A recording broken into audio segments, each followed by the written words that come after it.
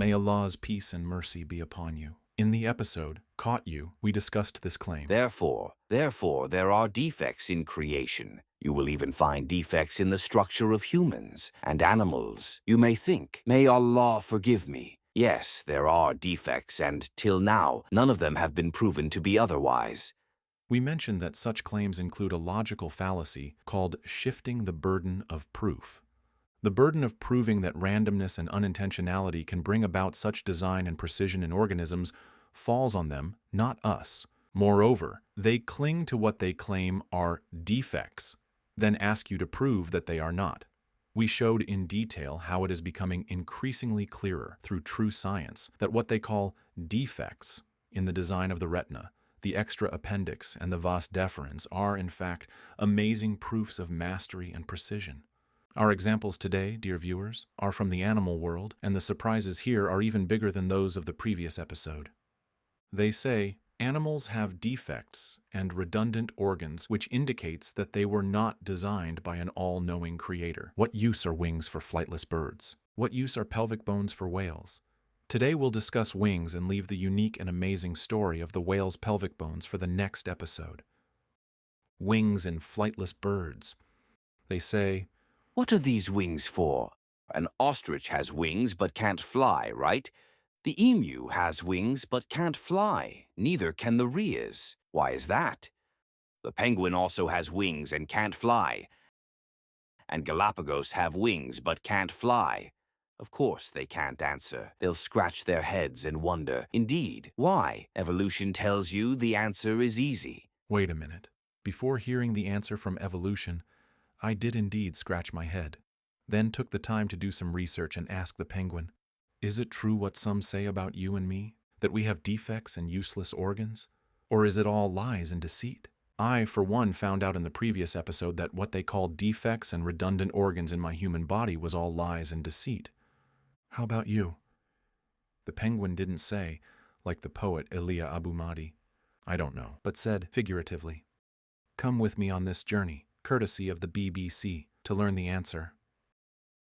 The penguin went on, for me to live in the extremely cold polar climate, my body must be full of fat, and to maintain my body fat, I need to fish underwater. But, Mr. Penguin, how can you dive underwater with so much body fat, which should make you float? The penguin answers, see these so-called useless wings? Check out how they function. Watch me flap them to dive through the water at high speed deeper and deeper, just like a bird flying high in the sky. Look how I use my wings to steer right and left as I please.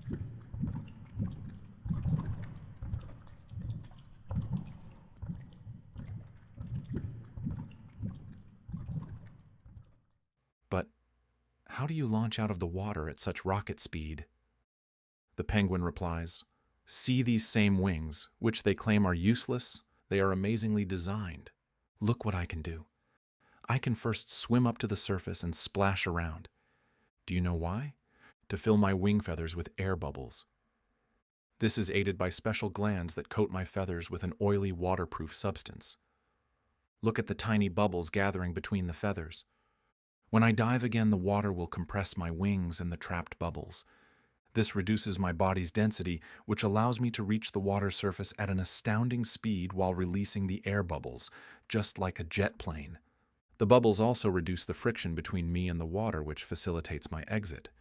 So with my wings, I dive to earn my bread, and with them, I launch out of the water. Without these so-called useless wings, I wouldn't even be able to live. This is the creation of Allah, so show me what those other than Him have created. Rather, the wrongdoers are clearly astray. We didn't even mention the design of the circulatory system that supplies the penguin's wings with energy, or the special properties of hemoglobin and myoglobin that help the penguin stay underwater for 20 minutes straight, or the bone density of the wing, which enable diving and launching back up. See how the things portrayed as doubts are transformed by science into new evidence for the greatness of Allah Almighty. We observed this in the retina and other organs in the previous episode, and we see it again in the penguin's wings, which the myth disciples present as a doubt, when, in reality, it is a sign of greatness, wisdom, and ability. What about the ostrich? It also has wings but can't fly. Try to watch a documentary on ostriches and you'll see how this bird, which can run at 80 kilometers per hour, uses its wings as brakes to reduce its speed and make sudden turns during chases or when escaping predators, and how it uses its wings to scare off the animals attacking its eggs, for parading around during mating, etc. Then, after all this, go back and listen to them as they say, The creationist cannot explain to us why these birds have wings, yet can't fly. Moreover, dear viewers, note the circular reasoning fallacy as they speak about birds' wings.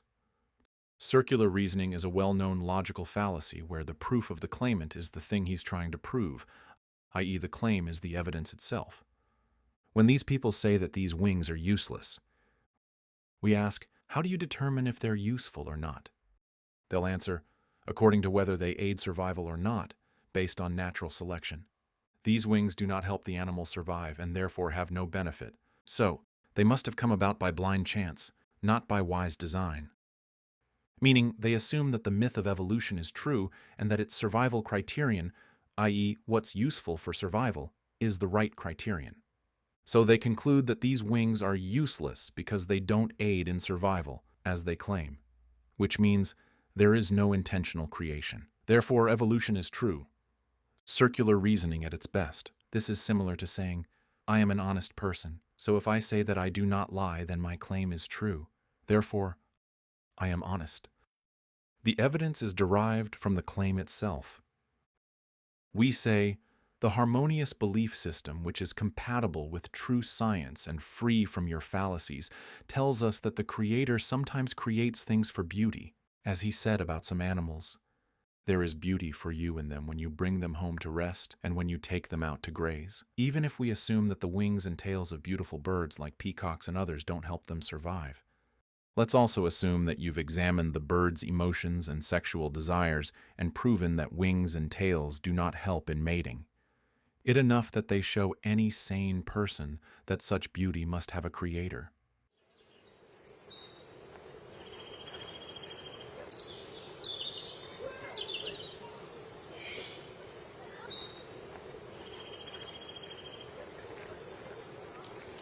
So how about when we realize that these wings are not only aesthetically pleasing to us, His servants, and useful to the birds, but also crucial to their survival, as we saw in penguins and ostriches? Finally, dear viewers, I thought long about the title of this episode. We usually explain a logical fallacy or psychological manipulation and give examples of it. In previous episodes, we discussed mixing the myth with facts. Let me do the thinking for you. Address them as children. Shifting the burden of proof. What should we call today's claim? Wings are for flight, and since penguins and ostriches can't fly, then their wings are useless. This is proof that living organisms came about through chance evolution? After what we've learned, what should we call such statements? Are they another example of address them as children, where they patronize their followers? Or an appeal to ignorance fallacy, as they're either ignorant or pretending to be about the body parts of organisms and using their ignorance as evidence? Or a God of the gaps fallacy, where they fill their knowledge gaps by attributing actions to the myth? In other words, since these wings are useless, then what else could it be other than evolution which produced these wings? Or is it a false premise fallacy, where they start with a premise about the uselessness of these wings, then come to conclusions based on that premise, without giving the listener a chance to check its validity? Or is it the circular reasoning fallacy we explained earlier? Or is it the fallacy of shifting the burden of proof, where they ignore all examples of mastery and fine-tuning, not only in living organisms in general, but also in the very animals whose wings they use as doubts? So instead of proving that chance, randomness, and blind selection can produce all this, they shift the burden of proving the wings' function unto us. Or is it darkness upon darkness? I am seriously undecided on what to call what they're doing, so I leave the answer to you. Peace be upon you.